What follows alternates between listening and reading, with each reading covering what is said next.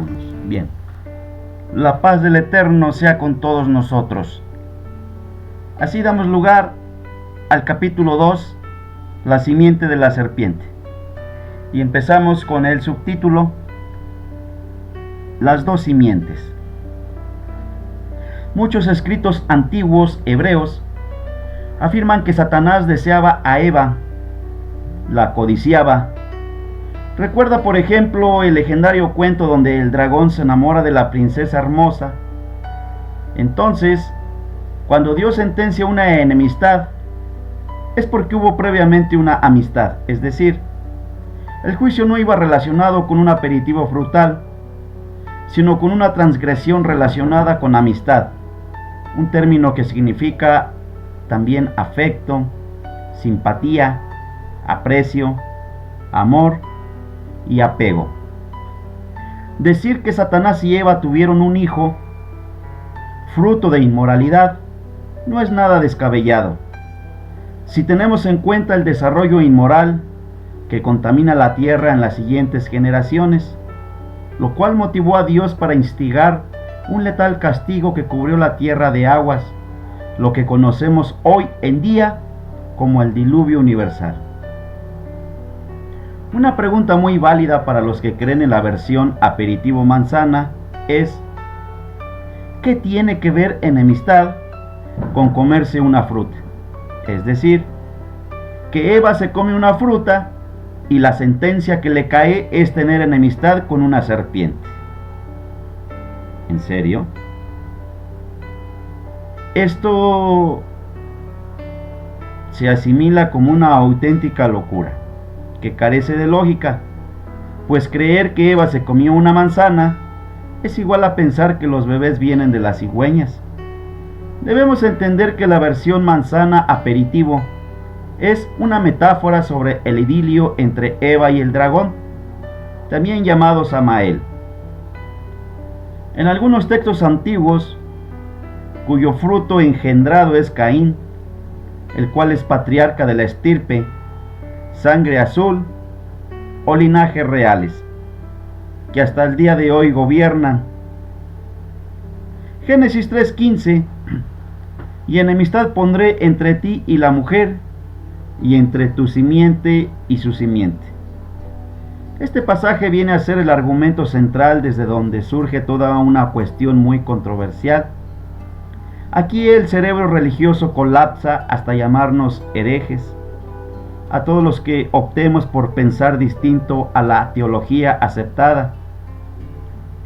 Vayamos pues al hebreo original de la Torá, para evidenciar aún más, sin ningún lugar a dudas, la existencia de otro linaje distinto al humano. La palabra simiente en el hebreo de la Torá es Zera, con Z. Podemos comprobarlo en alguna concordancia Strong. En este caso es el número 2233, que significa lo siguiente: simiente, generación, linaje, semilla, semen, descendencia, hijo. Esto es muy contundente, acá no hay lugar a muchas interpretaciones, pero la mente maestra que dirige las religiones, que coloca a dedo a los líderes de las distintas religiones, hablemos de esas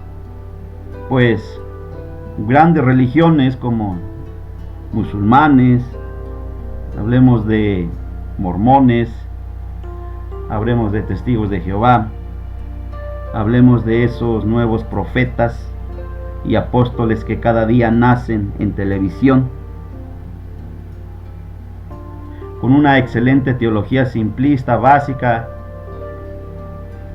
ocultando los puntos importantes sobre la Biblia. Y también,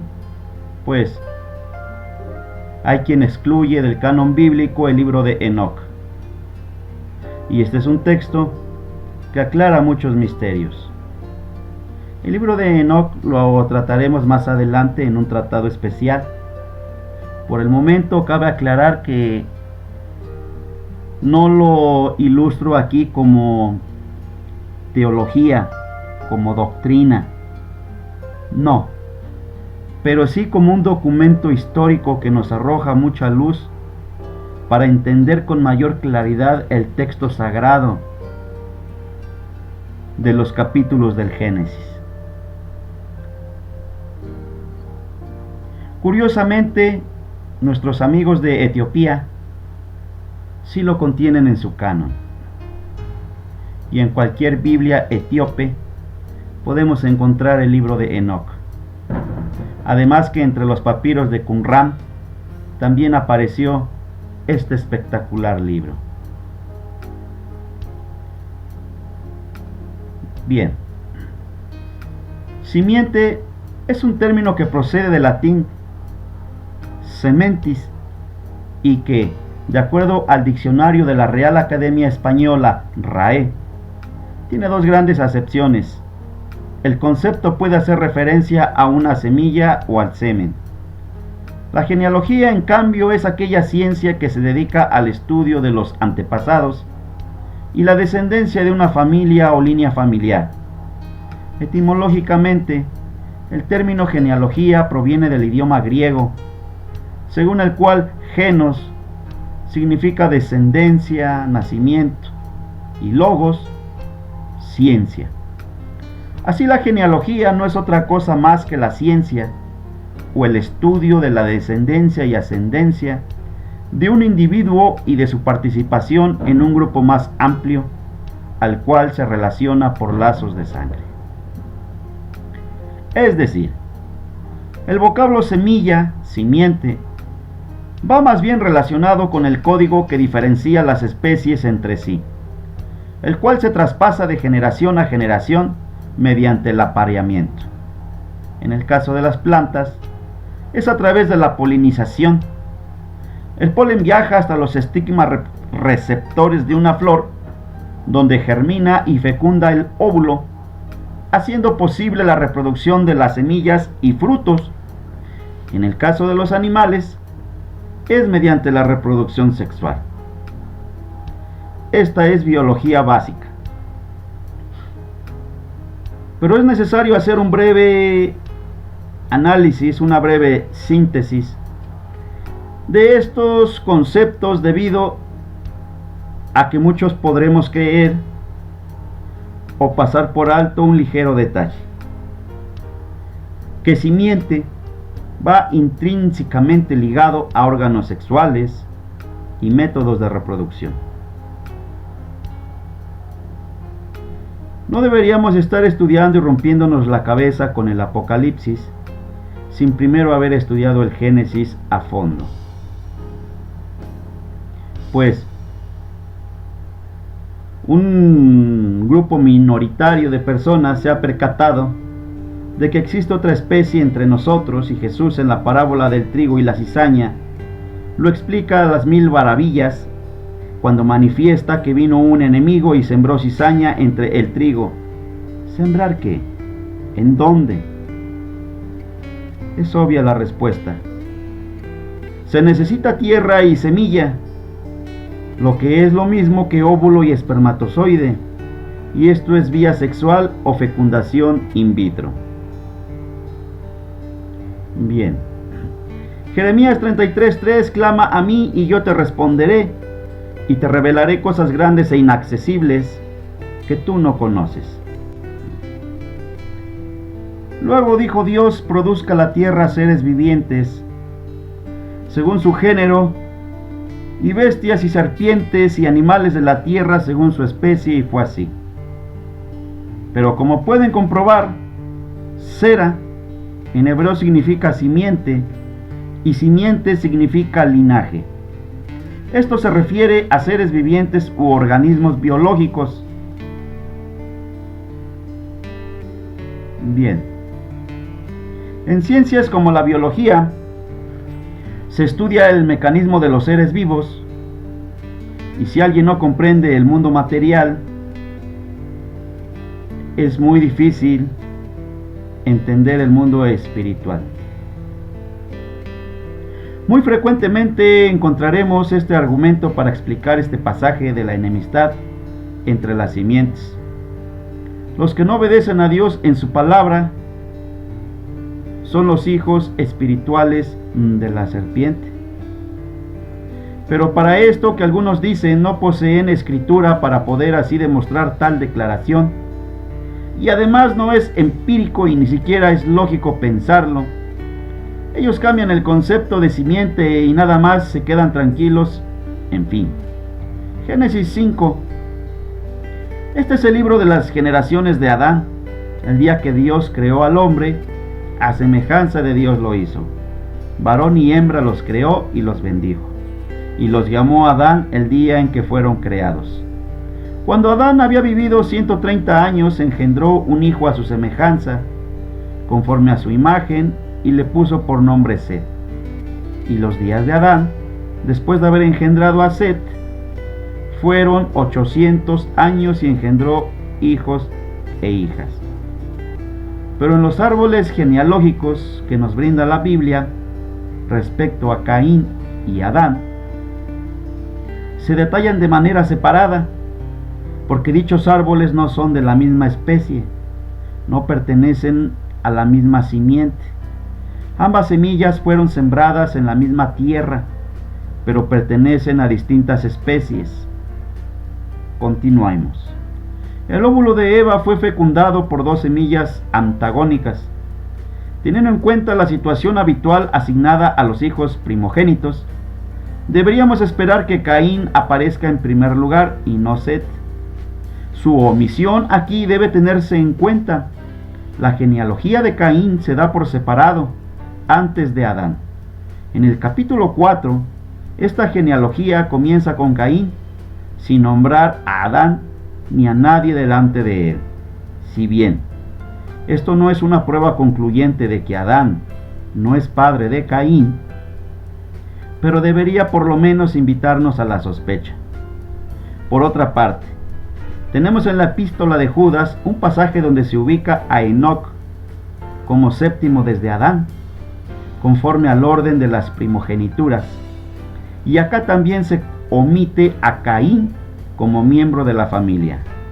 Judas 1:14, de estos también profetizó Enoc, séptimo desde Adán. 1. Adán, 2. Set, 3. Enos, 4. Cainán, 5. Mahalael, 6. Jared y 7. Enoc. Lucas 3, 37-38, hijo de Matusalén, hijo de Enoc, hijo de Jared, hijo de Mahalaleel, hijo de Cainán, hijo de Enos, hijo de Set, hijo de Adán, hijo de Dios.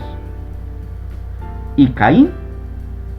Si este fuese hijo de Adán y Eva, entonces debiera ser tomado en cuenta para las genealogías según el orden de primogenituras, y la epístola de Judas diría: Enoc, octavo desde Adán. Es por esto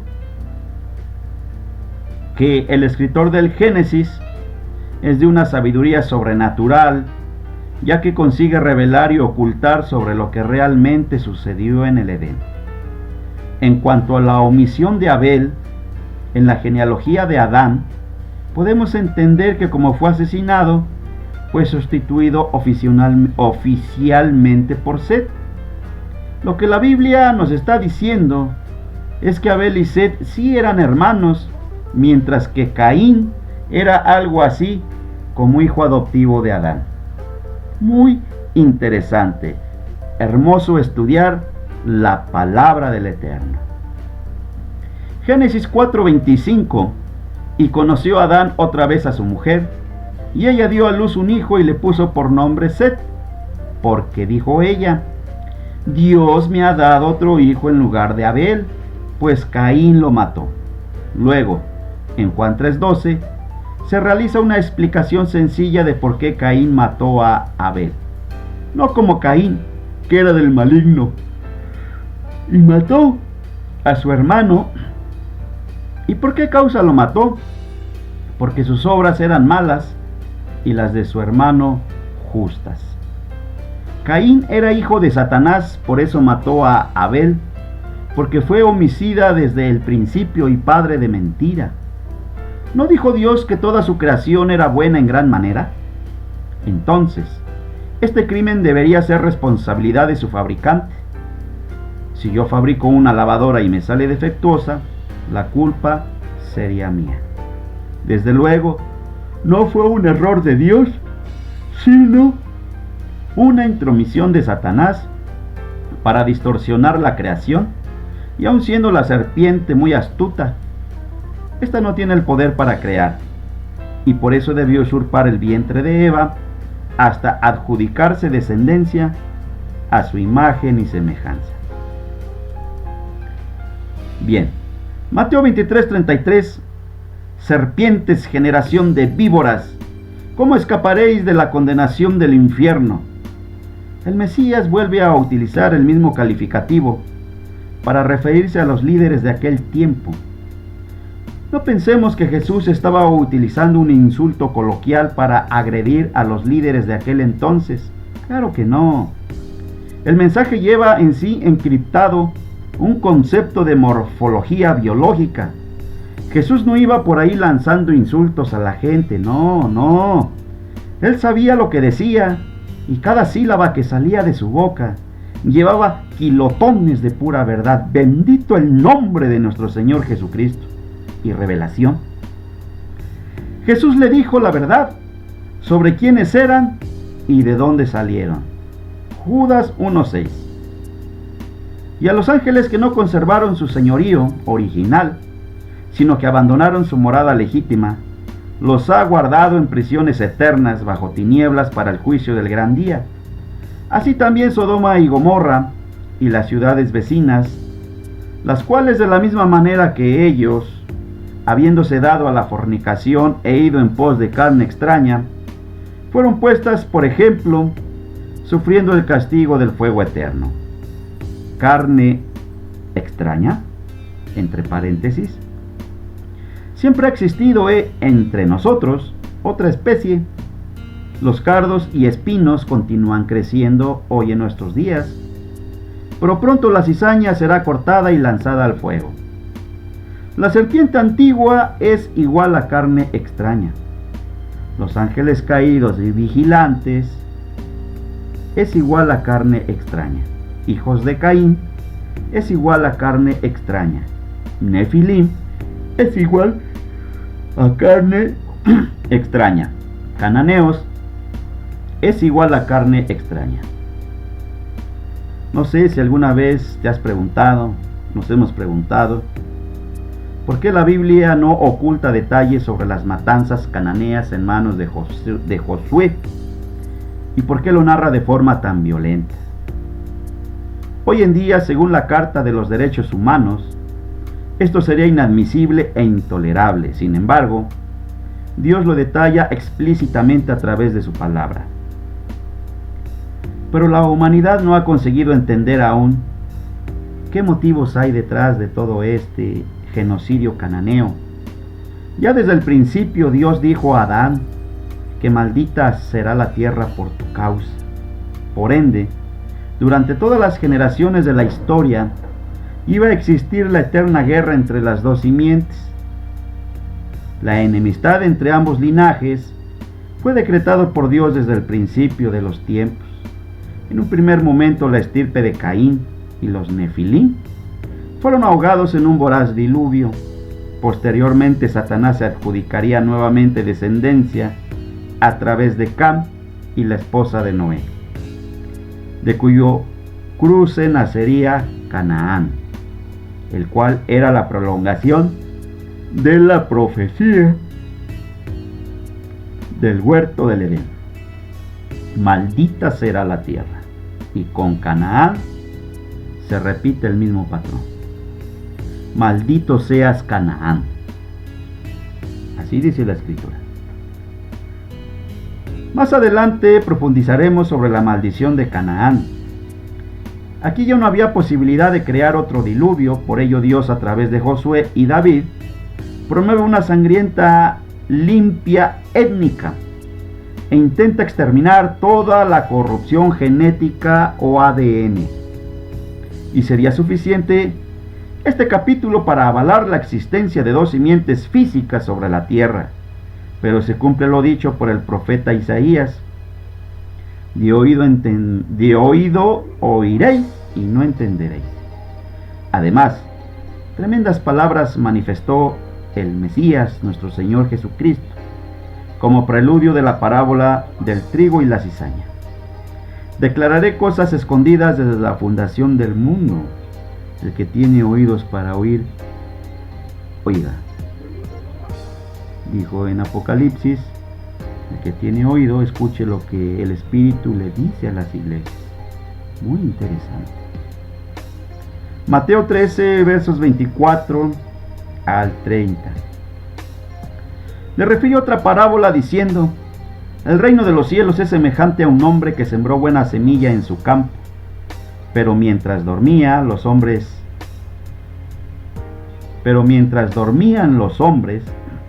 vino su enemigo y sembró cizaña entre el trigo y se fue. Y cuando salió la hierba y dio fruto, entonces apareció también la cizaña. Vinieron entonces los siervos del padre de familia y le dijeron: Señor, ¿no sembraste buena semilla en tu campo? ¿De dónde, pues, tienes cizaña? Él les dijo: un enemigo ha hecho esto. Y los siervos le dijeron: ¿quieres pues que vayamos y la arranquemos? Él les dijo: no sea que al arrancar la cizaña arranquéis también con ella al trigo. Dejad crecer juntamente lo uno y lo otro hasta la siega, y al tiempo de la siega yo diré a los segadores: recoged primero la cizaña y atadla en manojos para quemarla, pero recoged el trigo en mi granero. Esta parábola es la explicación de uno de estos misterios del reino de los cielos, que están escondidos desde la fundación del mundo. Las palabras son como leones. Si nosotros las soltamos, ellas solas se defienden, y su rugir hace despertar aún a los muertos. Bendito el nombre de nuestro Salvador Jesucristo. Mateo 13, versos 35 al 43. Declararé cosas escondidas desde la fundación del mundo. Entonces, despedida la gente, entró Jesús en la casa, y acercándose a él sus discípulos le dijeron: explícanos la parábola de la cizaña del campo. Respondiendo él les dijo: el que siembra la buena semilla es el Hijo del Hombre.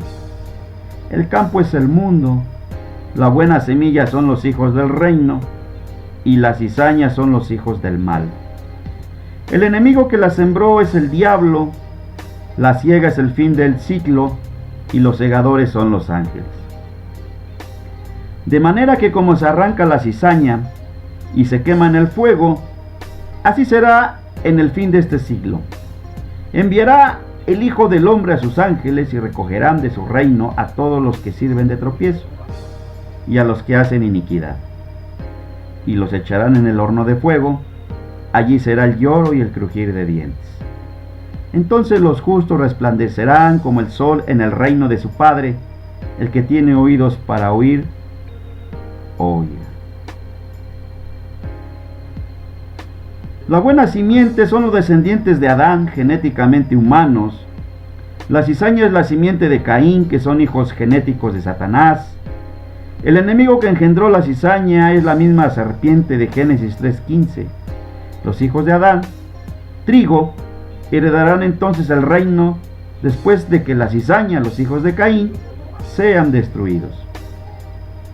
La alusión constante de árboles, semilla, frutos en la Biblia es una connotación sobre personas, simientes, identidad, que un árbol malo no puede dar frutos buenos. Es similar a decir que un descendiente de Caín no hace el bien, pero un descendiente de Adán fue creado para hacer el bien, porque Dios vio que su creación toda fue buena en gran manera. Bendito es nuestro Señor, el gran arquitecto, el constructor del universo perfecto, Perfecto es nuestro Señor, bendita y sea su santa gloria. Gloria a Dios. Bien. Sin embargo, hubo un incidente que degeneró aquello que fue bueno y causó un desastre momentáneo que está próximo a concluir y ser solucionado. Vamos a ser protagonistas de los días más importantes de la historia de la humanidad, de la conclusión de una vieja discusión, primigenia y eterna, que tuvo sus inicios hace 6000 años en el Edén y que desencadenará la batalla final en el valle de Megiddo. Judas 1, 22, 23. A algunos que dudan, convencedlos; a otros salvad, arrebatándolos del fuego; y de otros tened misericordia con temor, aborreciendo aún la ropa contaminada por su carne.